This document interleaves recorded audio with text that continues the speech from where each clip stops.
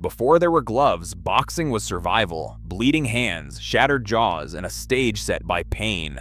But the story behind every boxing glove, wrapping wisdom, weaponizing fists, chasing immortality, reveals how far we have come and what it cost. From ropes blessed in Thai temples to iron plates of Rome, from bare-knuckle to AI is more than evolution. It is a fight to master danger. Why did protection become weapon? The answer starts with the first bones broken and the last question left unanswered. In ancient Greece, the art of boxing was a contest of endurance and intellect. Fighters bound their hands with long oxhide straps called Himantes. These leather thongs spiraled from wrist to knuckle, leaving fingers free, but offering just enough support to control a blow. On black figure vases, boxers stand poised, arms coiled like serpents, bodies tense with anticipation. Theogenes of Thasos, legend says, won over 1,300 matches with these simple wraps. For the Greeks, victory was more than brute force. Every strike measured discipline against pain, every contest a lesson in balance. The wrapped fist became a symbol, strength guided by reason, rage held in check by ritual. Discipline. Rome took a different path. When the Caestus appeared in the arena, restraint vanished. Gladiators stepped into the sand with fists sheathed in thick leather, studded with iron and lead. Some Caestus even bore sharp spikes, turning a punch into a weapon of spectacle. Archaeologists at Pompeii uncovered fragments, heavy bands and battered metal plates, silent witnesses to engineered violence. In the Colosseum, the crowd demanded carnage, not honor. Bones split, faces caved in, and the roar of the mob drowned out any talk of discipline. The Caestus was not for protection, it was for destruction, and the arena became a theater of cruelty. Carnage. Far from the chaos of the Roman games, another tradition was taking root in Japan. Karate masters wrapped their hands in hemp rope and struck the makiwara, wooden posts set in the earth. Each blow left skin raw, each session a test of will. Gichin Funakoshi, founder of modern Shotokan karate, made it a rule to strike the makiwara 100 times a day, rain or shine.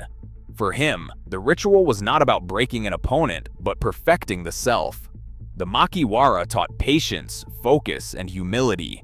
In Okinawan dojos, the empty hand was forged by repetition and reflection, a weapon not of war, but of character, mastery. Across continents and centuries, the ways fighters covered their hands revealed what they valued most: discipline, spectacle, or mastery. Each culture wrapped its own philosophy around the fist, shaping not just how battles were fought, but what victory truly meant. Philosophy. James Figg stood in the heart of London, battered fists raised, drawing crowds to his wooden amphitheater in 1719. He was not just a fighter, he was a showman, selling tickets to blood and spectacle. His hands, flattened and scarred from years of battle, became living proof of his legend. Newspapers called him the professor of the noble science of defense. Aristocrats and commoners packed the galleries, betting on every blow. Prize fighting turned from back alley skirmish to public event, and Figg's damaged knuckles became a badge of authenticity, a promise that what happened inside the ring was real. But the price of the spectacle was steep.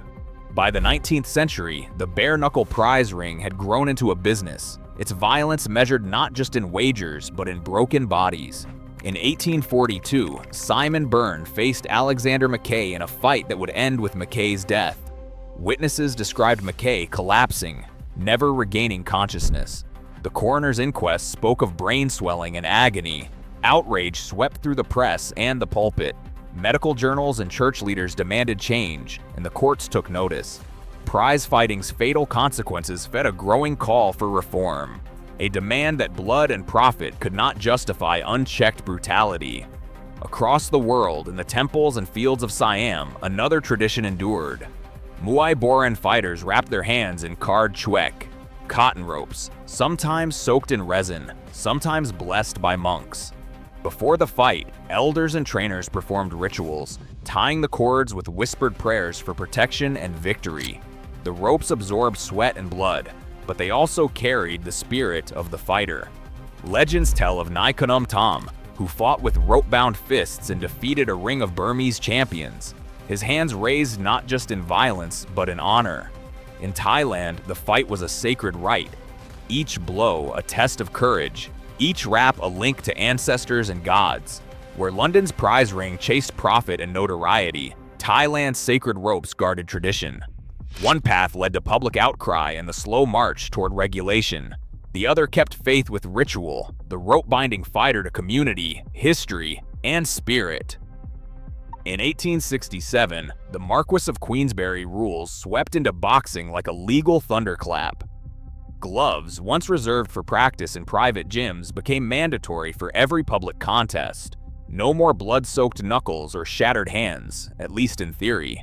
The new gloves were padded with horsehair, stitched in thick leather, and designed to protect the hands as much as the face. John Sholto Douglas, the 8th Marquess, signed his name to the rules that would reshape the sport. The old brawls vanished, replaced by 3-minute rounds, 10-second knockouts, and a referee in the ring. John L. Sullivan, the first gloved heavyweight champion, stepped into the spotlight. His fists, now armored in leather, still carried the threat of violence. But the spectacle changed. Fights lasted longer, blood spilled less freely, and the crowds grew larger. Promoters printed tickets and playbills, turning the ring into a stage. The glove itself became a symbol, clean, professional, and modern. Sullivan's reign drew headlines from New York to London, and the gloved fist became the new badge of honor. By the 1940s, the Olympic Games demanded even more from boxing's image.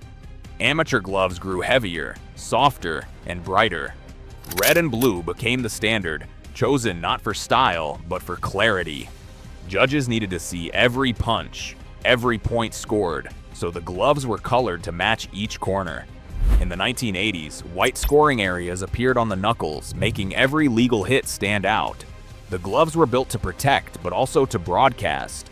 Each blow a point, each point a story.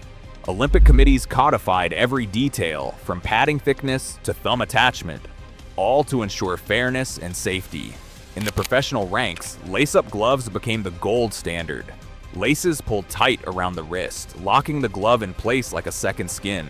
Legends like Muhammad Ali, Sugar Ray Robinson, and Rocky Marciano trusted lace-ups to deliver power, precision, and style. Every stitch mattered. The glove was no longer just equipment. It was identity, marketing, and memory, all wrapped into one. Boxing's evolution was written in leather and laces, turning violence into art and athletes into icons.